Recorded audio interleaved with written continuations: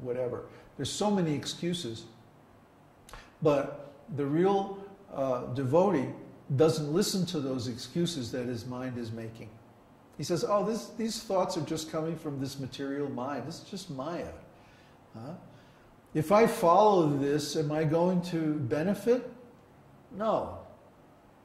Because I'm going to stop my devotional service. And usually because of some misunderstanding.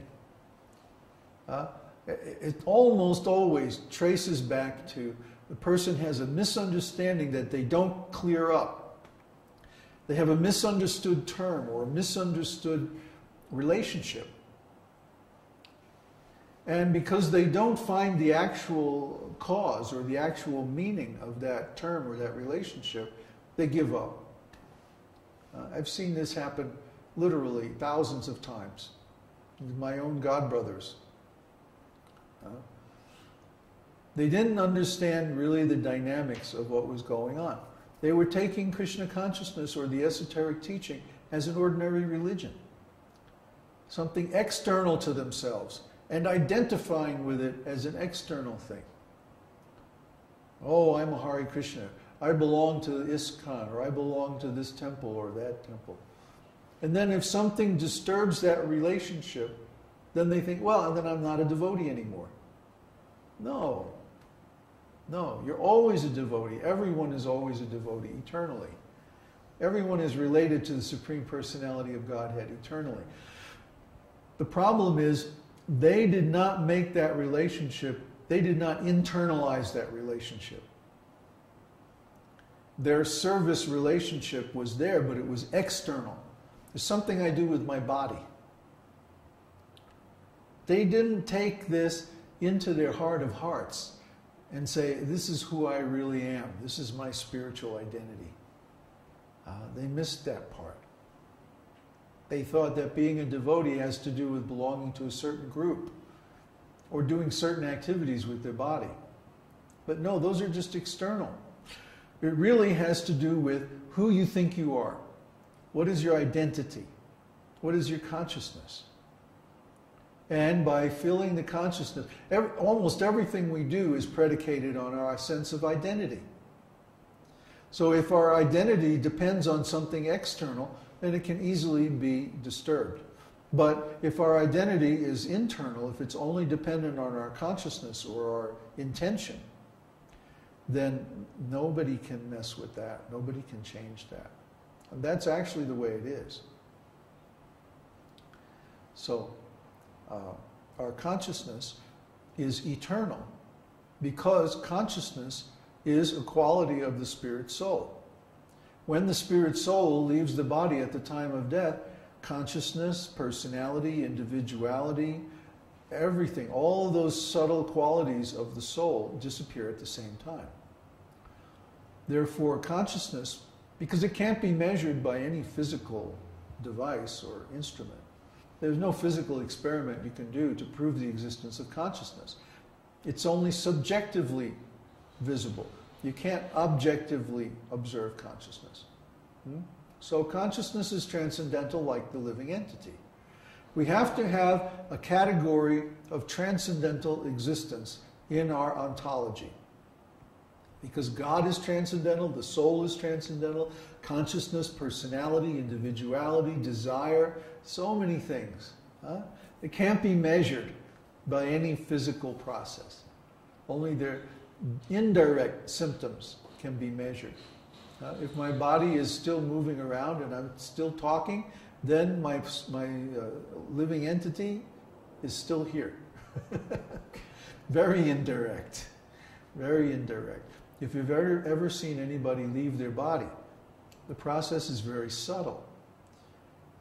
But if you are sensitive to such things, you can feel the exact moment when the soul leaves the body. You don't have to have all kinds of, EEGs and EKGs hooked up to the body to know when the soul leaves the body. You can know just by observing, by feeling the consciousness of that person, by feeling their energy. So these are all subtle symptoms of the presence of the soul, but the soul itself is absolute.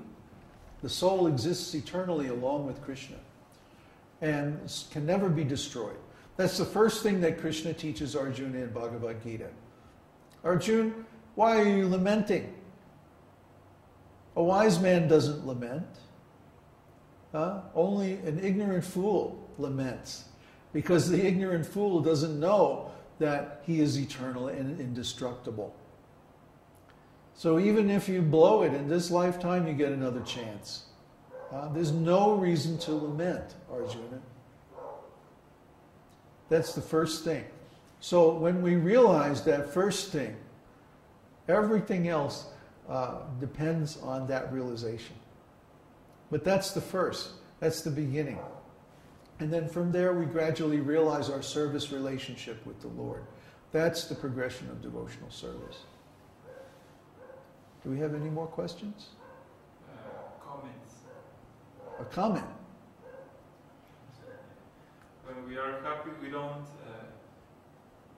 are not aware of time, because we're thinking constantly in the pastimes of Krishna. We stop thinking in time and makes things go faster in the material world. That means that when there's 10, 20 or 30 years, when we are with Sri Krishna, we know that time won't affect us, who we really are. Who is that, Bob? Erika and Aurora. Not exactly. Lord Chaitanya says, feeling your separation, I am considering each moment to be like 12 years or more. When we're meeting with Krishna, when we're in touch with Krishna, then time seems to go fast. But when we're in separation from Krishna, then time goes very, very slow. Both are necessary for developing devotional service. Meeting and separation.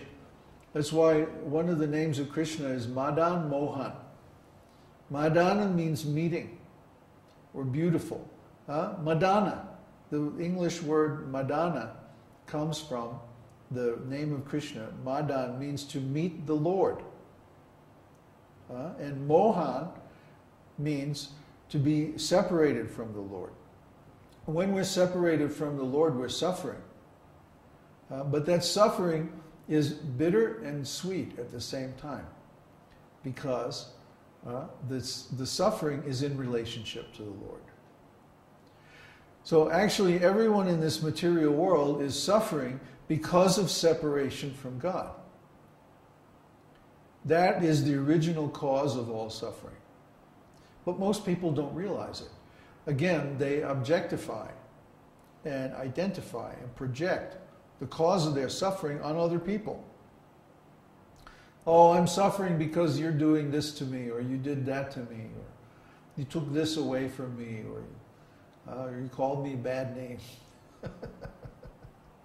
Actually, none of these things are causes of suffering. The real cause of suffering is that we've forgotten our relationship with Krishna. But because it's a negative thing, because it's born of ignorance, of forgetfulness of our real nature, we don't realize the actual cause of our suffering, and we blame it on something else.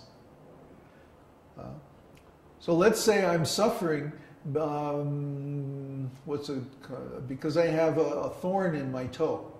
I was walking barefoot in the woods and I got a thorn in my toe. So if I'm trying to stop my suffering by putting something on my head, I put lotion on my head, is that going to stop my suffering? Of course not. Because the real cause of suffering is in my foot, not in my head. So if I think, oh, I'm suffering because I don't have any money, or I'm suffering because I'm getting old, or I'm suffering because I'm dying, or I'm suffering because of my wife or my husband or whatever. Because you did this to me or you said that to me. Is that going to stop the suffering? No, because that's not really the cause. Just like we're looking for love, we want love and affection in this world. But because we're looking in this world, we're not finding it. Similarly, when we're suffering, if we're looking for the cause of the suffering in this world, we won't find it. And because we don't find the actual cause, we can't cure the suffering either. So the suffering goes on and on and on. You see people going crazy about this. People go crazy this way. One lady wrote me like her whole life story. Oh, this person did this to me, and then this relative did that to me, and then my son did this, and my husband did that, and on and on and on. All this suffering. But the real suffering is, I forgot my relationship with Krishna. Because as soon as we remember that relationship, then no more suffering. Or even if we are suffering, our suffering is also in relation with Krishna. And this is difficult.